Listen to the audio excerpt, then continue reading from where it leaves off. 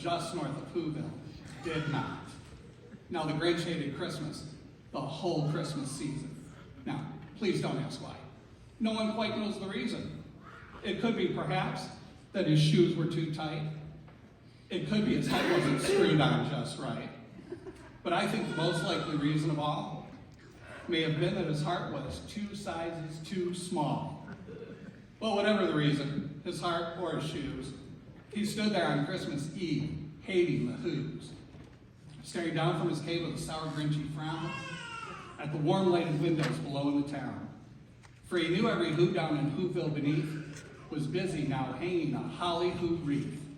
And they're hanging their stockings. He snarled with a sneer. Tomorrow is Christmas, it's practically here. Then he growled with his Grinch fingers nervously drumming. I must find a way to keep Christmas from coming. For tomorrow I know all those Who girls and boys will wake bright and early and rush for their toys. And the noise, oh the noise, noise, noise, noise! If there's one thing I hate, it's all the noise, noise, noise, noise! And the shrieks and the squeaks dancing round on their heels. They'll play the dance with jinglers tied to their heels. They'll blow their flu-fluvers and bang their tartukas. They'll blow their hoo-hoopers and bang their garjukas. They'll spin their flu-flugers and slam their slunkas. They'll beat their bloom-bloopas and wham their hoo-wunkas. They'll play noisy games like Zuzita Carze, a roller skate tied with lacrosse and croquet.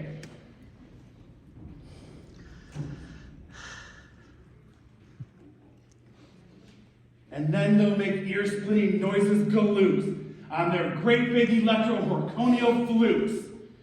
And then the Who's young and old will sit down for a feast. And they'll feast and they'll feast and they'll feast, feast, feast, feast. They'll feast on Who pudding and rare Who roast beast. Raw roast beast is a feast I can't stand in the least. And then they'll do something I hate most of all. Those Who's down in Whoville, the small and the tall, will stand close together, Christmas bells ringing. They'll stand hand in hand, and those Who's will start singing.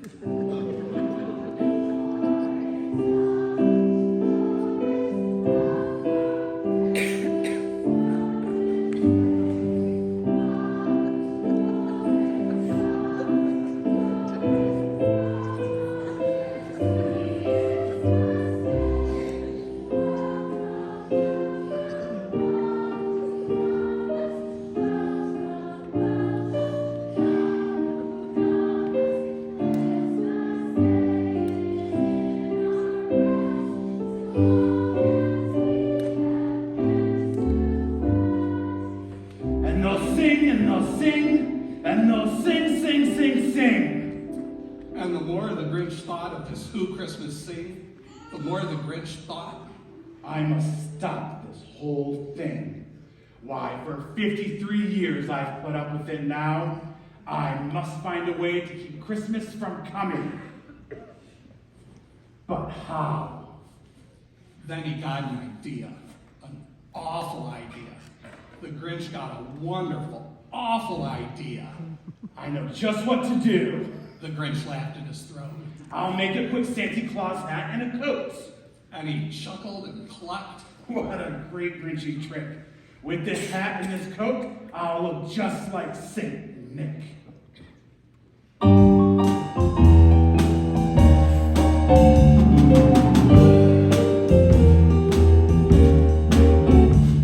You're a mean one, Mr. Grinch. You really are a heel. You're as cuddly as a cactus. You're as charming as an eel, Mr. Grinch. You're a bad banana with a greasy black peel.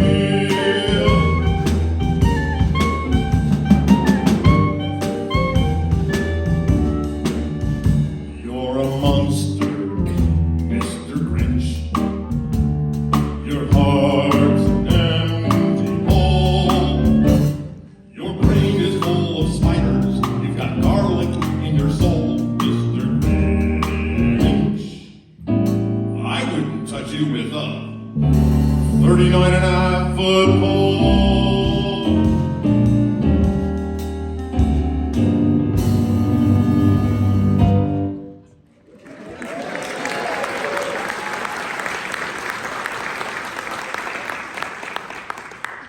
Now, all I need is a reindeer.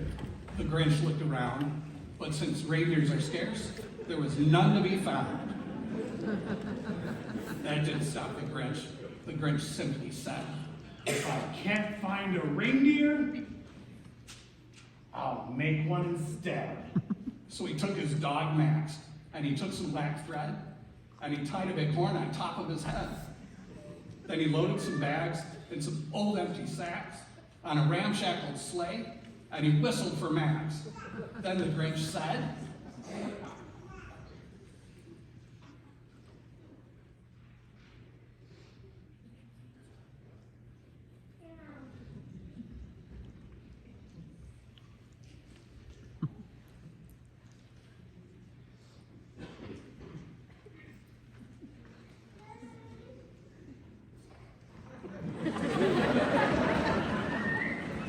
Giddy up!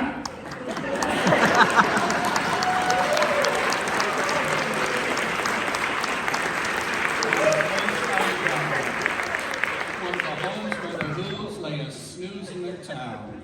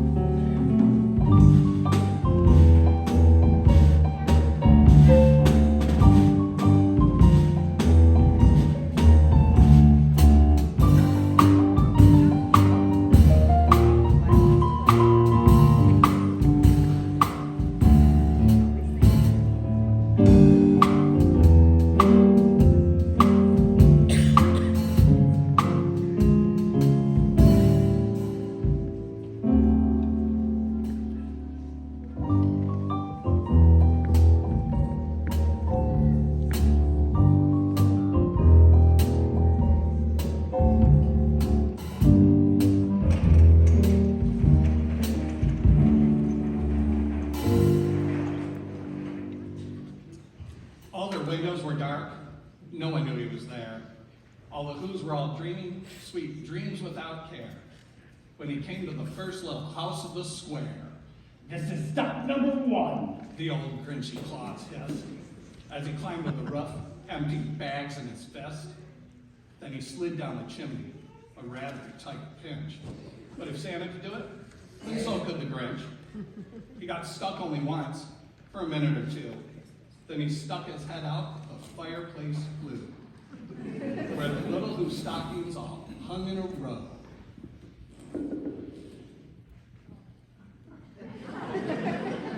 These stockings He Grinched. are the first things to go. Then he slithered and slunk, with a smile most unpleasant, around the whole room, and he took every present. Pop guns, pampoozgas, pamtukas and drums, checkerboards, bizzlebigs, popcorn and plums, and he stuffed them in bags. Then the Grinch very nimbly stuffed all the bags, one by one, up the chimney.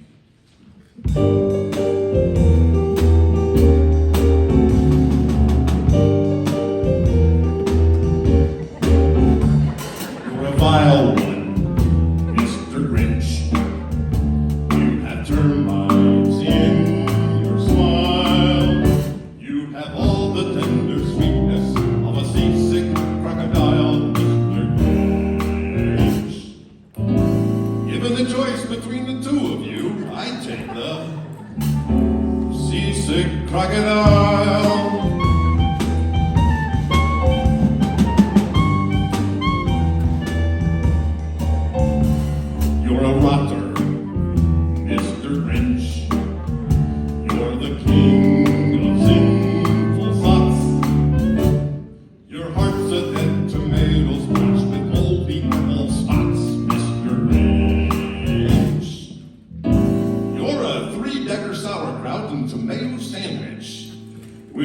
arsenic sauce.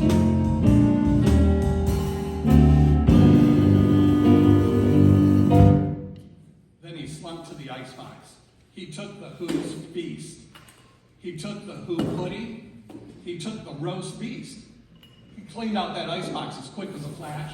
Why, the Grinch even took the last can of Who hash. Then he stuffed all the food up the chimney with glee.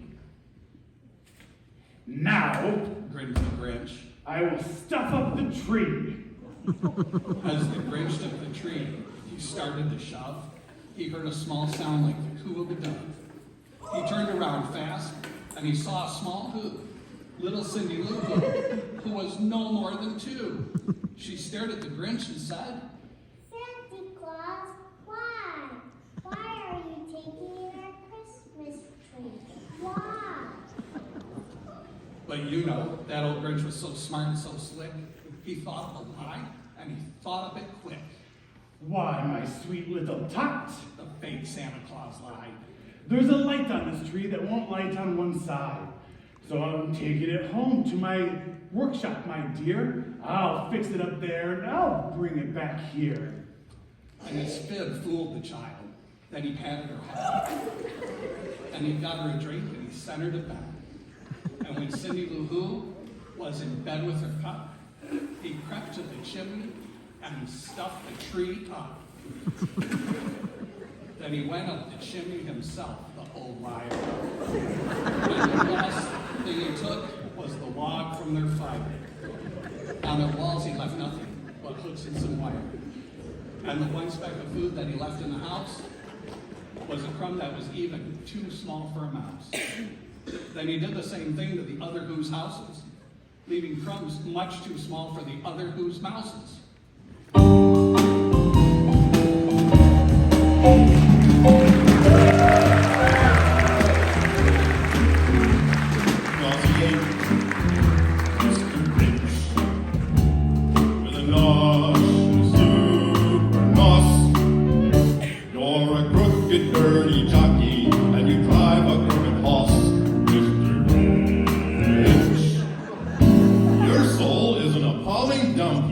Overflowing the most disgraceful assortment of rubbish imaginable, mangled up in tangled up knots.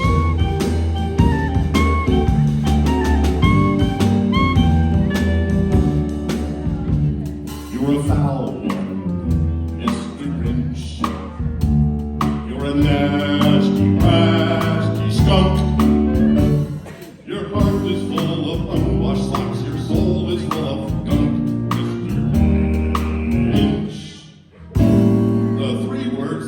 Describe you are as follows, and I quote, stink, stank, stunk.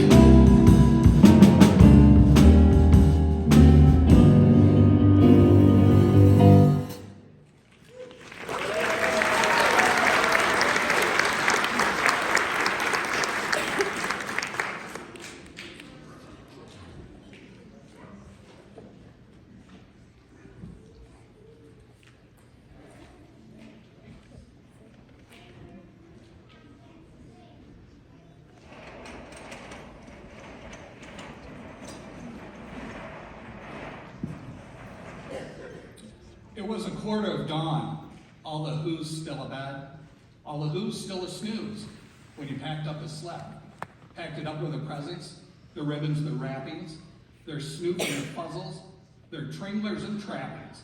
10,000 feet up the side of Mount Crumpet. He rode with his load to the tip-top to dump it. Pooh-pooh to the Who's. He was grinchily humming. They're finding out now that no Christmas is coming. They're just waking up. I know just what they'll do. They'll stand with their mouths open a minute or two, and then those Who's down in Whoville will all cry, boo-hoo.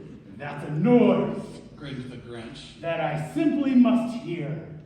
He paused, and the Grinch put a hand to his ear, and he did hear a sound rising over the snow. It started in low, then it started to grow.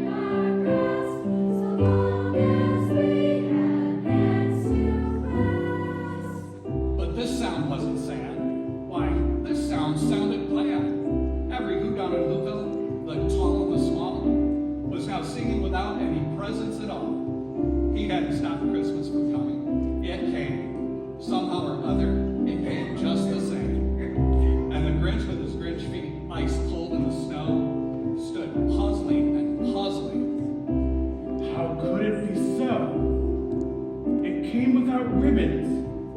It came without tags. It came without packages, boxes, or bags.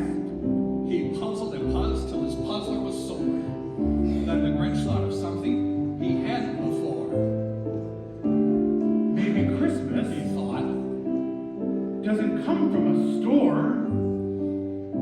Maybe Christmas, perhaps, means a little bit more. and what happened then? Well, like you will, they say. The Grinch's small heart grew 3 sizes that day. And then the true meaning of Christmas came through. And the Grinch found the strength of 10 Grinches plus 2. And now that his heart didn't feel